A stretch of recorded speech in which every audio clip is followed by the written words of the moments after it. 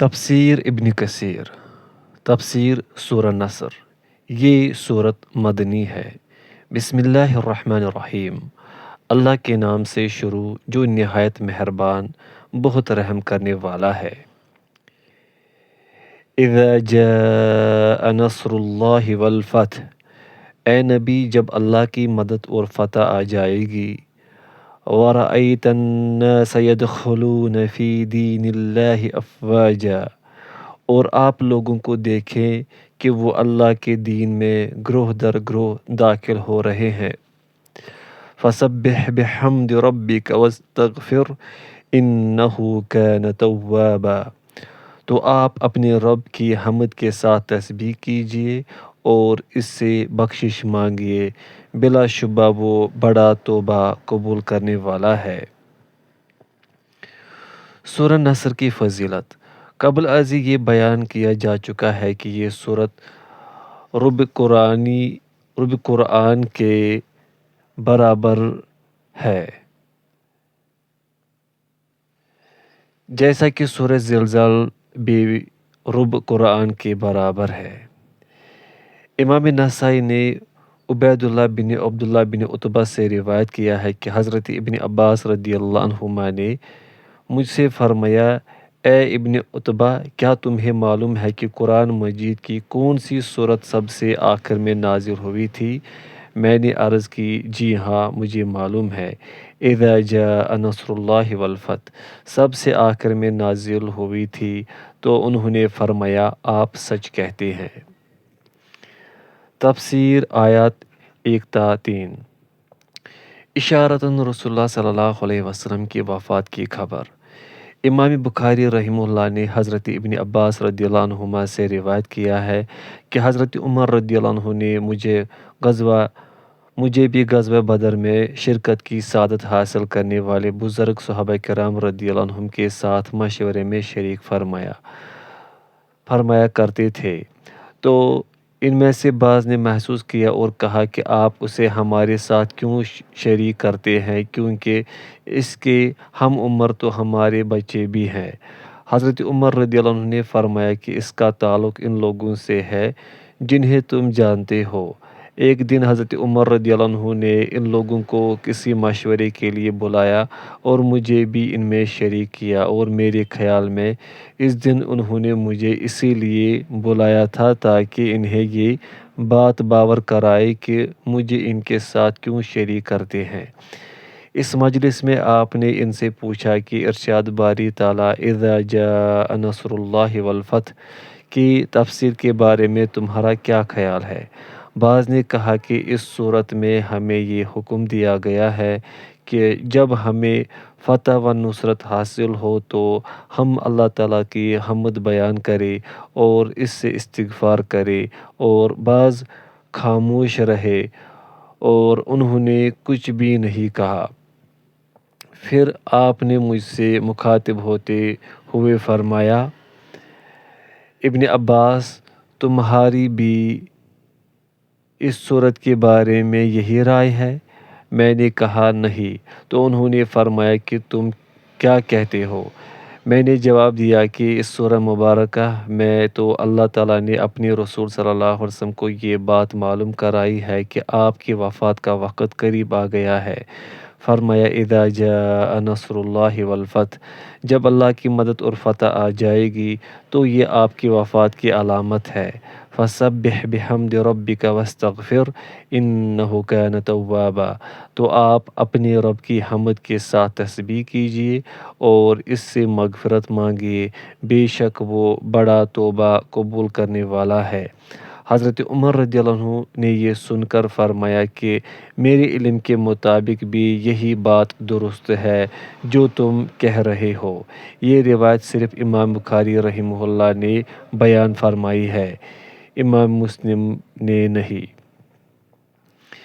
امام احمد نے حضرت ابن عباس رضی اللہ عنہما سے روایت کیا ہے کہ جب سورت اذا جاء نصر اللہ والفتح نازل ہوئی تو رسول اللہ صلی اللہ علیہ وسلم نے فرمایا، نُعِّیَتْ اِلَیَّ نَفْسِی، اس صورت میں مجھے میری وفات کی خبر دی گئی ہے کہ آپ اسی سال اللہ تعالیٰ کو پیارے ہو جائیں گے۔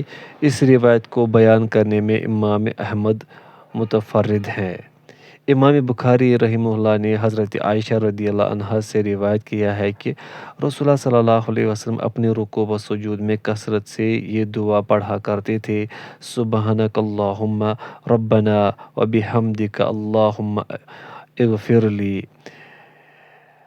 اے اللہ ہمارے پروردگار، تو پاک ہے اور تیری ہی حمد و ثنا ہے۔ اے اللہ تو مجھے بخش دے۔ اس طرح آپ قرآن مجید میں دیے گئے حکم پر عمل کرتے تھے۔ اس حدیث کو امام ترمذی رحمہ اللہ کے سوا کتب ستہ کے دیگر مؤلفین نے بھی بیان کیا ہے۔ امام احمد نے مسروق کے واسطے سے حضرت عائشہ رضی اللہ عنہا سے روایت کیا ہے کہ رسول اللہ صلی اللہ علیہ وسلم آخر عمر میں یہ کلمات بہت کثرت سے پڑھا کرتے تھے: سبحان اللہ و بحمدہ، استغفر اللہ و اتوب الیہ۔ اللہ پاک ہے اور اسی کی حمد و ثنا ہے۔ میں اللہ ہی سے مغفرت چاہتا ہوں اور اس کے سامنے توبہ کرتا ہوں۔ اور آپ نے فرمایا: ان ربی عز و جل کان اخبرنی انی سأرى علامة فی امتی و امرنی اذا رأیتها ان اسبح بحمدہ و استغفر انہ کان توابا فقد رأیتها اذا جاء نصر اللہ والفتح ورأیت الناس يدخلون فی دین اللہ افواجا فسبح بحمد ربک واستغفر انہ کان توابا۔ بے شک میرے رب نے مجھے مطلع فرما دیا تھا کہ میں عنقریب اپنی امت میں ایک علامت دیکھ لوں گا، اور مجھے حکم دیا تھا کہ جب میں یہ علامت دیکھ لوں تو اس کی حمد و ثنا بیان کروں اور اس سے مغفرت طلب کروں۔ بے شک وہ معاف فرمانے والا ہے۔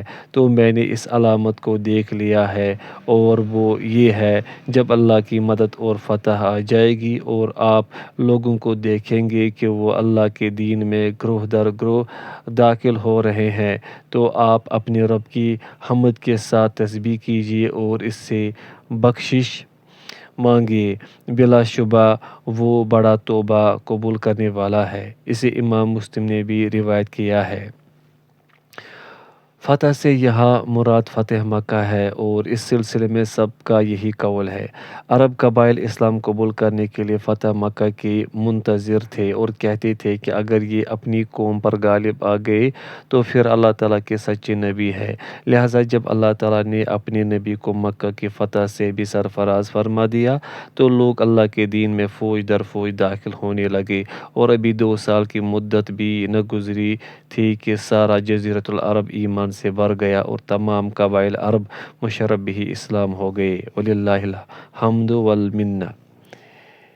امام بخاری رحمہ اللہ نے بھی صحیح میں عمر بن سلمہ رضی اللہ عنہ سے روایت کیا ہے کہ مکہ فتح ہوا تو ہر قوم نے رسول اللہ صلی اللہ علیہ وسلم کی خدمت میں حاضر ہو کر اسلام قبول کرنا شروع کر دیا، کیونکہ تمام قبائل عرب اسلام قبول کرنے کے لیے فتح مکہ ہی کے منتظر تھے، اور کہتے تھے کہ انہیں اور ان کی قوم کو چھوڑ دو، اگر آپ ان پر غالب آ گئے تو آپ سچے نبی ہیں۔ ہم نے غزوہ فتح کے واقعات کو اپنی کتاب السیرہ میں بیان کیا ہے۔ تفصیل کے طالب اس کتاب کا مطالعہ فرمائے۔ وللہ الحمد والمنہ۔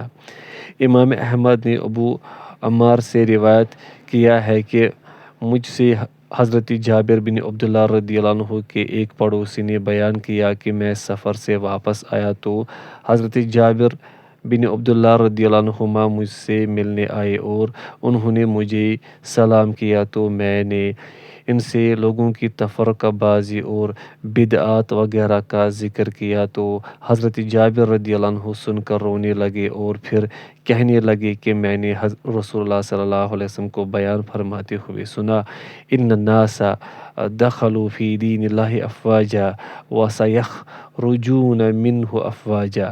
بے شک لوگ اللہ کے دین میں فوج در فوج داخل ہوئے، اور عنقریب وہ اسی طرح فوج در فوج دین سے خارج بھی ہو جائیں گے۔ سورہ نصر کی تفسیر مکمل ہو گئی۔ وللہ الحمد والمنہ۔ البتہ آخری روایت ضعیف ہے۔